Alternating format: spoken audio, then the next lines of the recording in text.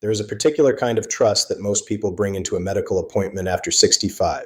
A trust that if something is being offered, if it is printed on the wellness checklist, if the front desk called to remind you it was time, if the physician's assistant mentioned it while taking your blood pressure, it must be worth having.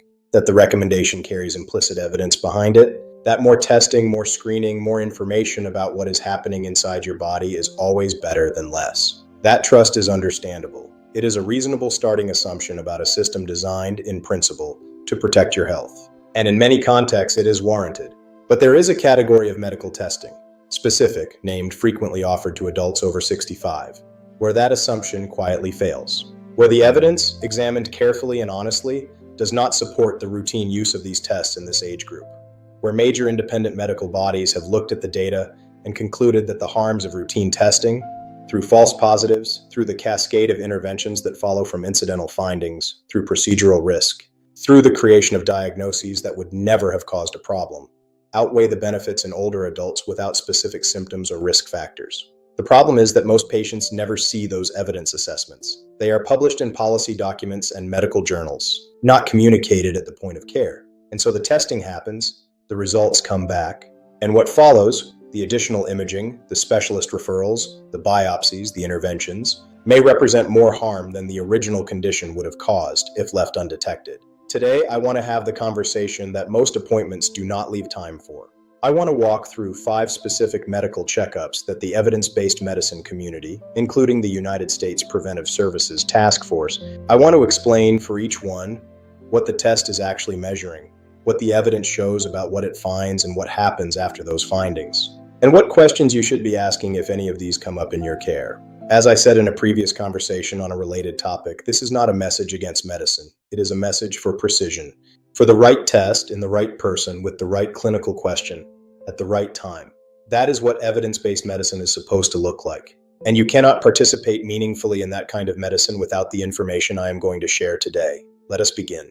As I said in a previous conversation on a related topic, this is not a message against medicine. It is a message for precision. For the right test in the right person with the right clinical question at the right time, that is what evidence-based medicine is supposed to look like. And you cannot participate meaningfully in that kind of medicine without the information I am going to share today. Let us begin. The first is the routine cardiac stress test, also called the exercise treadmill test or exercise ECG, performed in asymptomatic adults over 65 without known heart disease and without specific cardiac symptoms. The cardiac stress test is a well-established clinical tool. When someone presents with chest pain or pressure, unexplained shortness of breath during exertion, palpitations suggesting arrhythmia, or other symptoms suggestive of coronary artery disease, the stress test is an appropriate and often essential part of the diagnostic evaluation.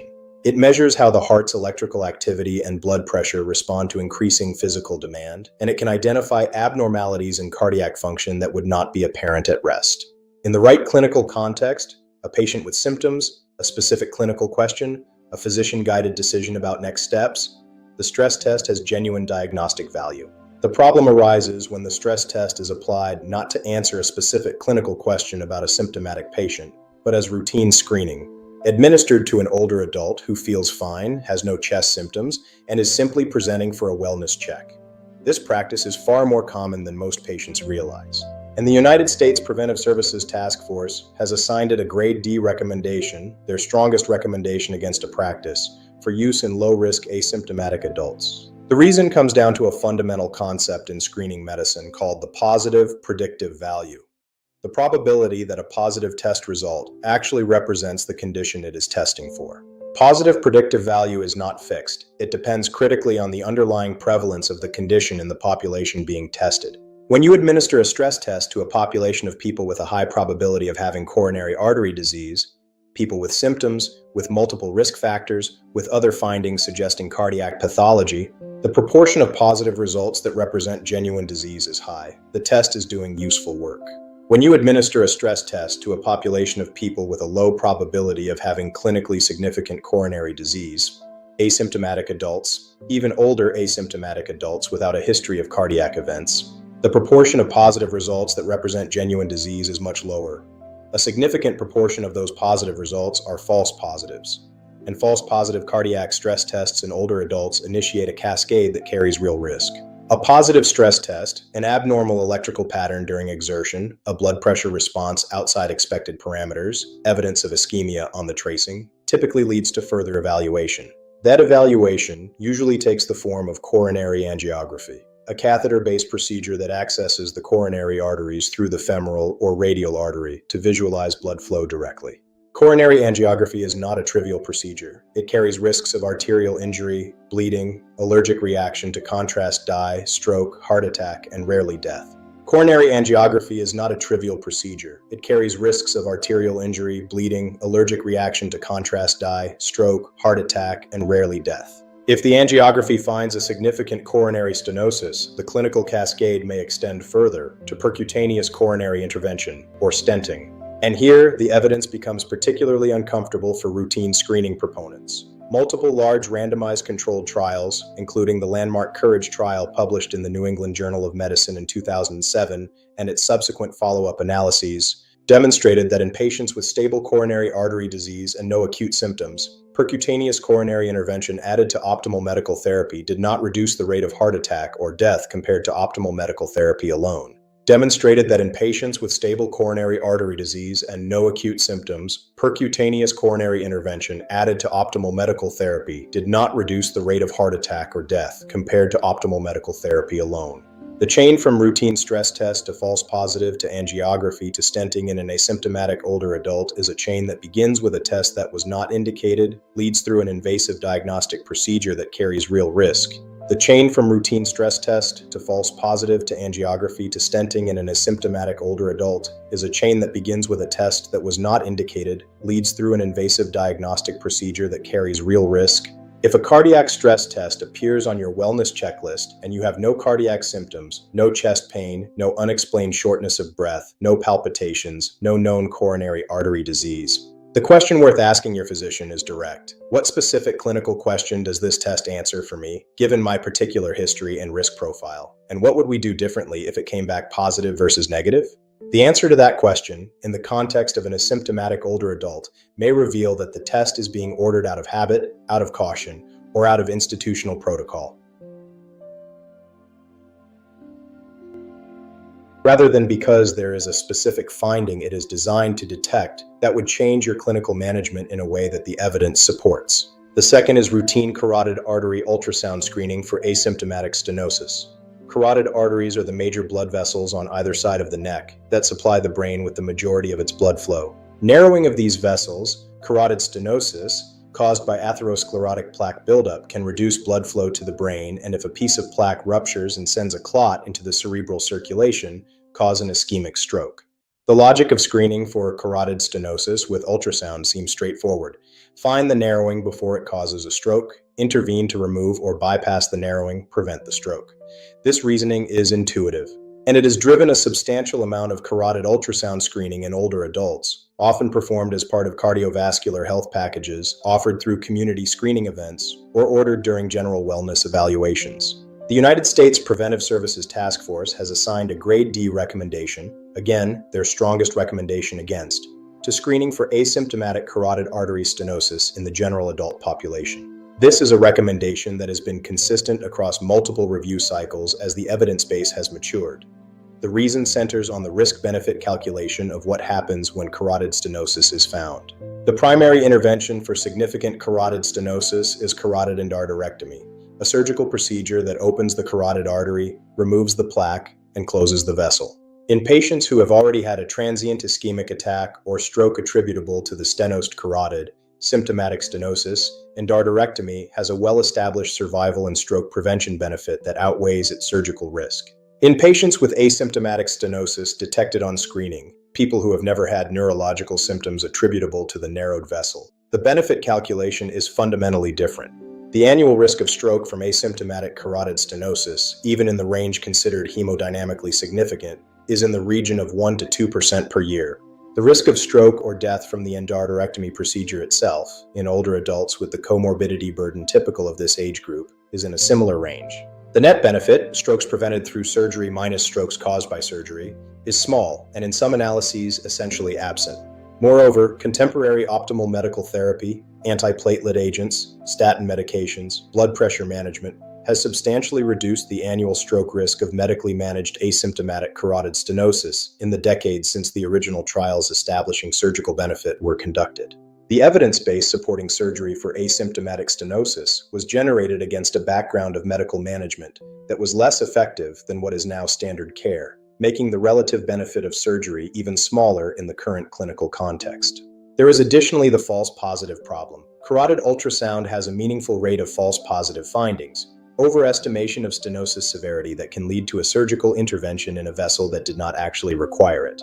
Carotid endarterectomy in an older adult for a stenosis that was less severe than the ultrasound suggested represents pure procedural risk with no countervailing benefit.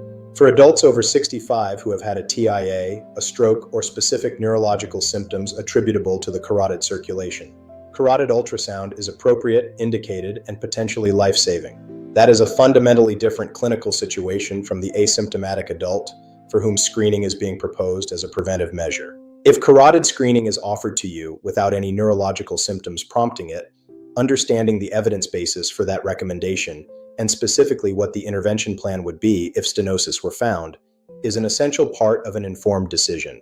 The third is routine annual chest X-ray in adults over 65 who do not meet the criteria for lung cancer screening with low-dose CT. Lung cancer is the leading cause of cancer death in the United States and most Western countries, killing more people than breast, colon, and prostate cancer combined. The logic of screening for it with chest imaging, catching it earlier when treatment is more effective, is compelling. And for the specific population where the evidence supports screening, lung cancer screening is genuinely life-saving. That population is defined by the criteria established through the National Lung Screening Trial, published in the New England Journal of Medicine in 2011, one of the most important cancer screening trials conducted in the past 2 decades. That trial found that low-dose CT screening reduced lung cancer mortality by 20% in adults aged 50 to 77 who had a significant smoking history. Specifically, 20 or more pack years of smoking, either currently smoking or having quit within the past 15 years. The USPSTF updated its recommendation in 2021 to include adults aged 50 to 80 with this smoking history, recommending annual low-dose CT screening for this group. Critically, the screening modality with demonstrated mortality benefit is low-dose CT, not chest X-ray. Chest X-ray was specifically tested as a lung cancer screening tool in the PLCO trial. The same large trial that examined PSA screening and the chest X-ray arm showed no reduction in lung cancer mortality compared to usual care. 0 reduction, not a small or uncertain reduction, no reduction. The resolution of a standard chest X-ray is simply not sufficient to detect the small, early-stage lung lesions at the size where intervention produces a survival benefit. By the time a lung cancer is visible on a chest X-ray, it has typically reached a size where it is no longer consistently curable with surgery alone. And yet, routine annual chest X-rays remain a common feature of wellness checks in older adults. They are offered, they feel thorough, and most patients assume they are providing meaningful cancer surveillance. The evidence says they are not, at least not for lung cancer, which is the primary malignancy for which this test would be expected to serve a screening function. For adults over 65 who meet the smoking history criteria, the conversation to have with your physician is not about chest X-ray, but about low-dose CT, the modality with the evidence. For adults who do not meet the smoking history criteria, annual chest X-ray provides no documented lung cancer mortality benefit and introduces the incidental finding problem I described in a previous video. The discovery of lung nodules, mediastinal shadows, and other findings of uncertain significance that initiate follow-up imaging, specialist referrals, and in some cases, invasive procedures for findings that would never have caused a clinical problem. If your annual wellness visit includes a routine chest X-ray, the question to ask your physician is, what specific clinical purpose is this imaging serving? And is there evidence that it is the right modality for that purpose given my history? The fourth, routine thyroid screening in asymptomatic older adults through a comprehensive thyroid panel. The thyroid gland produces hormones, primarily thyroxine and triiodothyronin, that regulate the metabolic rate of virtually every cell in the body. Thyroid dysfunction is common, particularly in older adults and particularly in women. Hypothyroidism, underactive thyroid, produces symptoms including fatigue, cold intolerance, weight gain, constipation, dry skin, cognitive slowing, and depression. Hyperthyroidism, overactive thyroid, produces symptoms including weight loss, rapid or irregular heartbeat, heat intolerance, tremor, and anxiety. Both conditions are treatable, and treatment of symptomatic thyroid dysfunction genuinely improves quality of life and health outcomes. The case for treating symptomatic thyroid disease is not in question.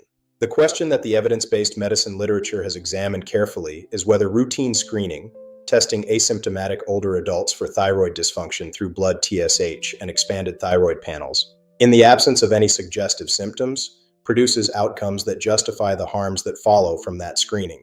The USPSTF has concluded that the current evidence is insufficient to assess the balance of benefits and harms of screening for thyroid dysfunction in non-pregnant asymptomatic adults. The USPSTF has concluded that the current evidence is insufficient to assess the balance of benefits and harms of screening for thyroid dysfunction in non-pregnant asymptomatic adults. This Grade 1 designation, insufficient evidence, is different from the Grade D recommendations I described for some of the other tests. It does not mean the test is harmful.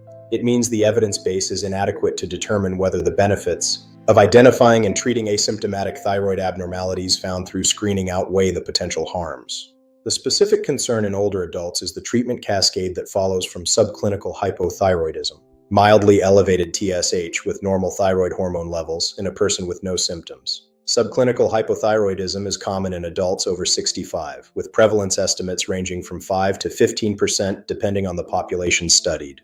And in this age group, most cases of subclinical hypothyroidism are stable or resolve spontaneously without progression to overt hypothyroidism or the development of symptoms. The treatment of subclinical hypothyroidism with thyroid hormone replacement, levothyroxine, is itself not without risk in older adults.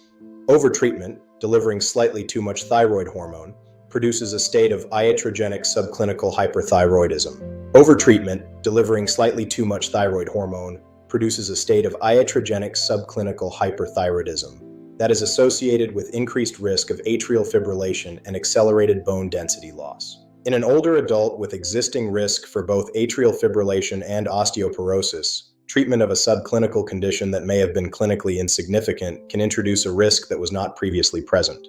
A 2019 randomized controlled trial published in the New England Journal of Medicine, the TRUST trial, examined the effect of levothyroxine versus placebo in over 700 adults over 65 with subclinical hypothyroidism. The result was unambiguous. Levothyroxine treatment produced no improvement in any symptom measure, quality of life measure, or functional outcome compared to placebo. None. The subclinical condition that prompted treatment made no measurable difference to the patient's well-being whether treated or not, but the treatment itself carried the risk profile described above.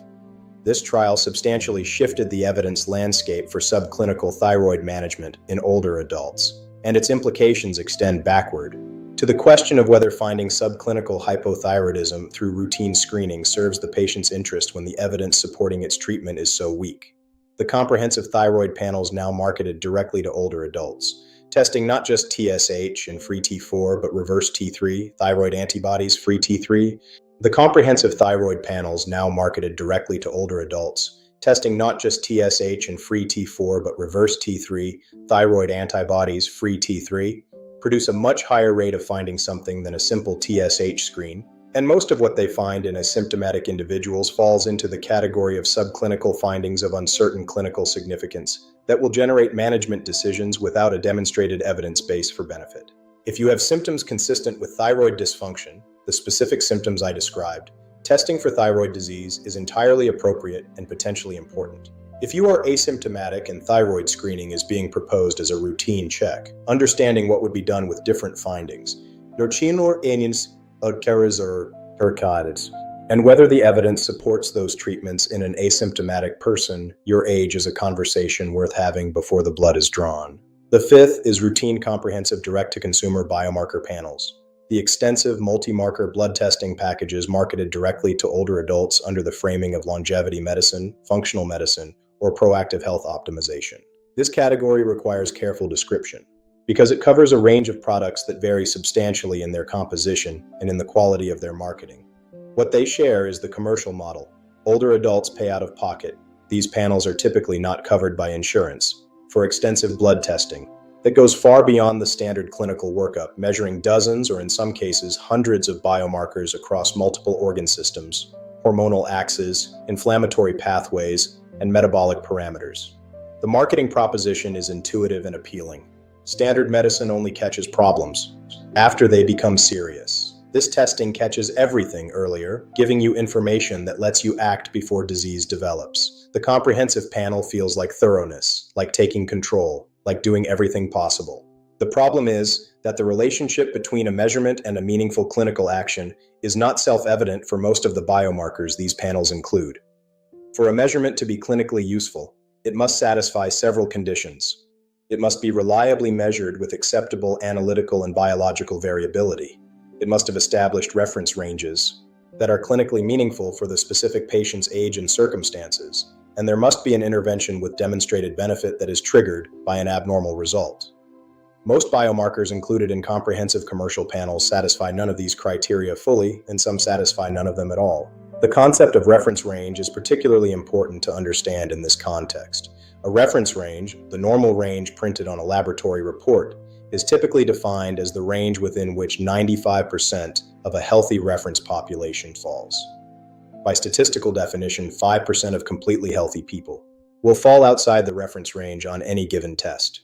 When you measure 30 biomarkers simultaneously in a healthy older adult, the probability that at least one comes back outside the reference range is not 5%.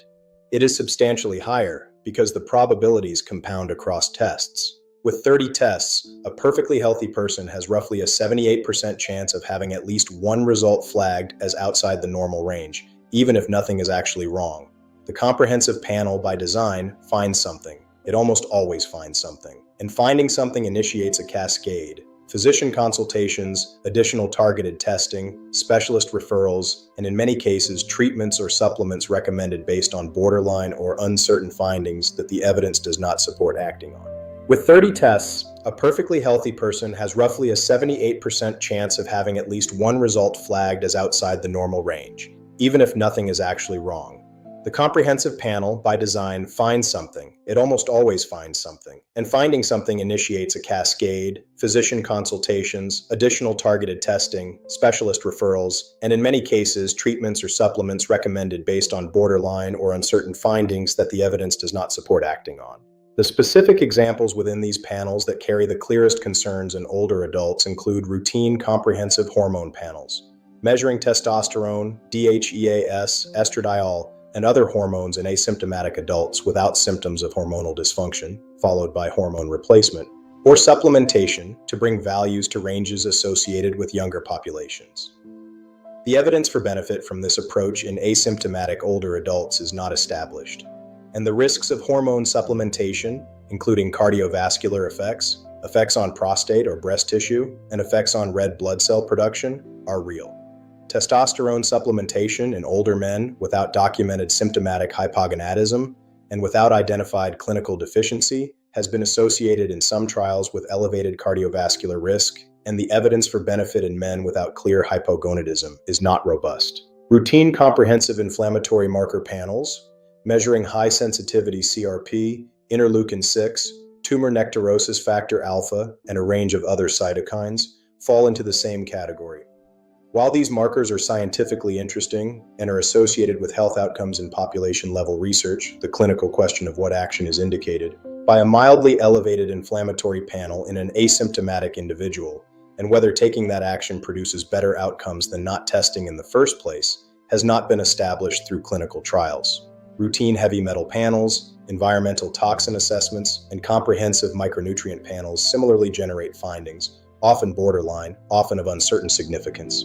But there is a category of medical testing, specific, named, frequently offered to adults over 65, where that assumption quietly fails. Let me bring this together because there is a unifying principle beneath all 5 of the checkups I have described today.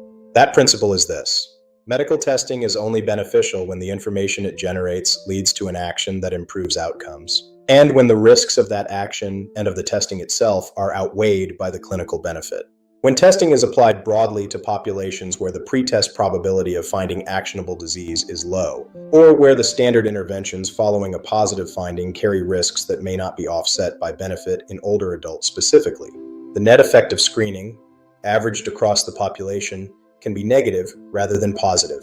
This is not a theoretical concern, it is the empirical finding that has emerged from the evidence-based medicine literature over the past 3 decades. And it is the foundation of the USPSTF recommendations and the Choosing Wisely initiative that have systematically documented where routine testing causes more harm than it prevents. The question to bring to any proposed screening test or checkup after 65 is the same question I described in our previous conversation on related tests. What specific clinical question is this test designed to answer for me? What is the probability that it generates a finding that changes my management in a way the evidence supports? What are the risks of the investigation cascade that a positive result initiates? And if we do not do this test, what would we watch for instead? These are not difficult questions. They do not require medical training to ask. They require only the knowledge that they are worth asking, and the understanding that the answer sometimes will be that the test was being proposed out of habit, out of caution, or out of commercial interest, rather than because a specific clinical need for that information has been identified. You are over 65. Your time, your health, and your resources are not infinite. Medical encounters that expose you to procedural risk generate anxiety around findings that do not require intervention, and consume clinical bandwidth that could be directed toward the things that genuinely protect your health or costs, not neutral events. Declining a test that the evidence does not support or asking for the evidence basis before agreeing to it is not noncompliance or disregard for your health. It is the intelligent, informed exercise of the right to participate in decisions about your own care. If this gave you something useful to bring into your next appointment, a question you had not thought to ask, an awareness you did not have before, hit the like button right now. It tells this platform that detailed, honest health information for older adults deserves a wide audience. Subscribe and turn on the notification bell. Every week, there is one video here that takes the time a standard medical appointment cannot. Leave me a comment with this. Has any of these 5 checkups been recommended to you recently? And if so, was the clinical rationale explained clearly before it was offered? You do not need to share identifying details, just yes or no, in which category. That conversation in the comments gives me information that helps shape what we cover next. I read everything and I respond when I can.